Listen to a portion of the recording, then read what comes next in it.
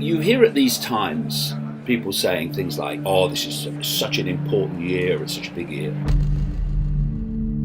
And it's like when there's an election, oh, this is the most important election for generations. And this election is the most important. The most important. This is the most important. The most important. The most important. Most important. Most important. The most important. This is the most important election in the history of our country.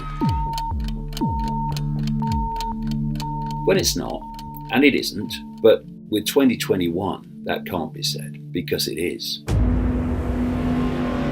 This is a pivotal year, which will, in so many ways, decide the direction of human society for at least a very long time to come.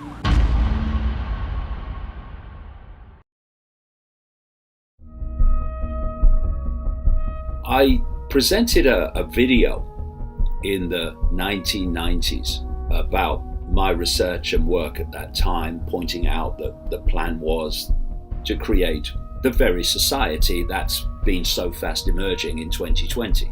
And I called it Freedom or Fascism, the time to choose. And all these years later, as we survey the incoming 2021, can anyone but the absolutely fast asleep question the fact that we are indeed facing that choice this year of freedom or fascism, and the fact that it is now big time, now, not tomorrow, not the middle of next week, now the time to choose which way we go. We're no longer at a point where we can think about it. We are looking fascism in the eye, and we need to look back and not blink. Of course, there are great numbers of the population who will just do what they're told and insist that everyone else does what they're told. So those of us who can see it and start to realize what we're facing, it's down to us to respond. It's our responsibility to respond. Seeing through the crap, seeing through the lies, the mendacity, is a gift. It's a gift of awareness.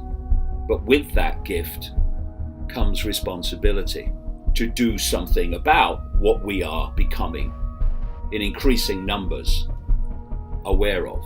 The world is nothing like we think it is. Not even close. And if we're going to do something about it, we need to face what it is and not convince ourselves it's something different because we don't really want to face it. But once you realize that these major dictators and influencers of the direction of human society, and increasingly imposers of the direction of human society, are all connected by this web, then suddenly the world starts to make sense in a very different way. At the top of the pyramid, you have the cult, the inner core of the cult. Tiny, tiny few people. And then as you come down to the bottom of the pyramid, you basically have the rest of humanity. And the rest of humanity in the Hunger Games society is dependent upon the cult for survival and thus controlled by the cult. You do what we say or you don't survive.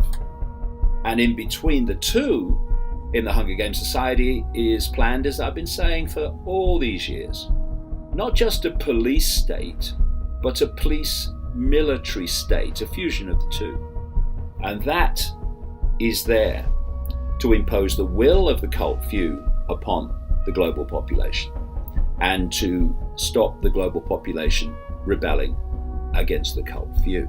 Because once you control human perception, you control human behavior. It's that simple. Where does perception come from? It comes from information received.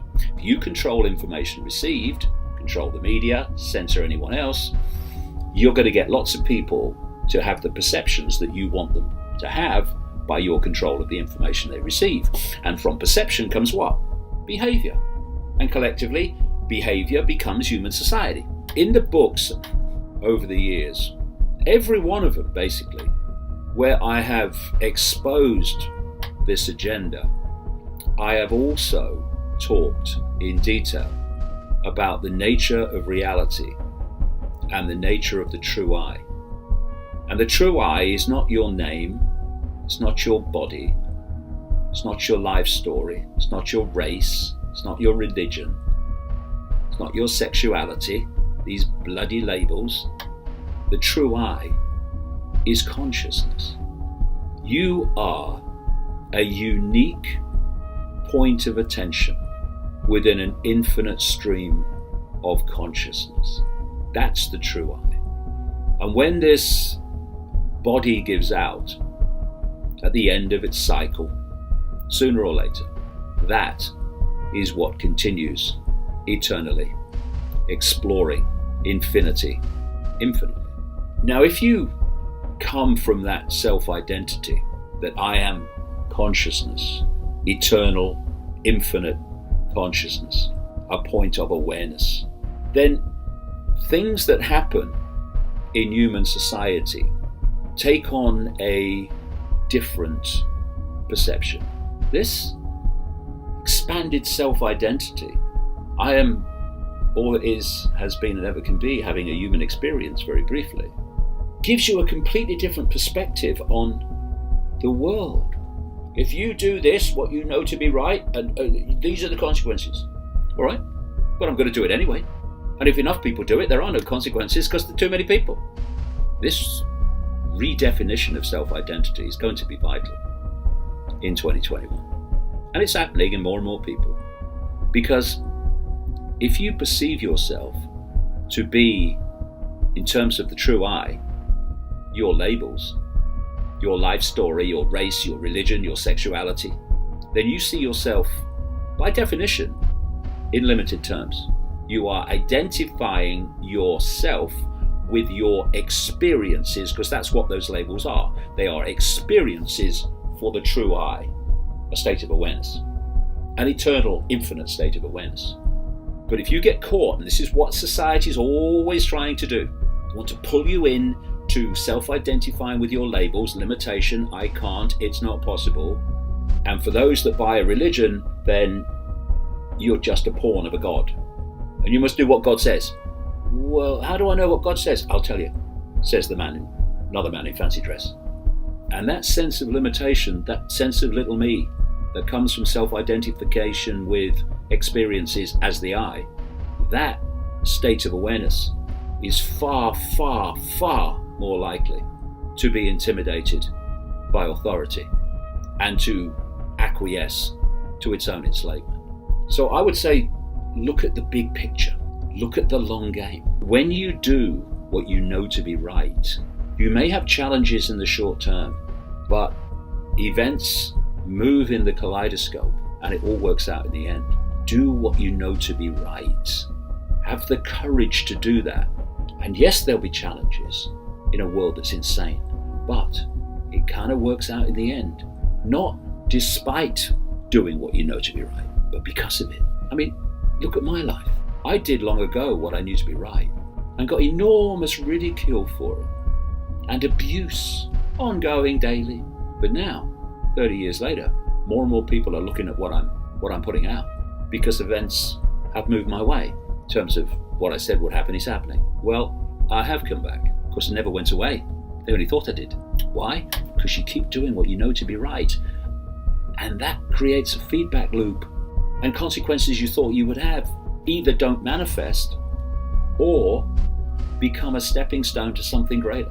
If people don't have this transformation of self-identity, then 2021 and beyond is going to be very challenging and very frightening and very intimidating. But if the same people have this transformation, I am not David Icke. I am not a man born in Leicester, England in 1952. That's my experience. They're just names for my experience. They're just a vehicle for that experience. I am the infinite awareness having that experience. And when it's over, I'll move on to an infinite series of other experiences. And what that does, it makes the experience in the moment a very different proposition to what it does if you buy the 70 this is all I am.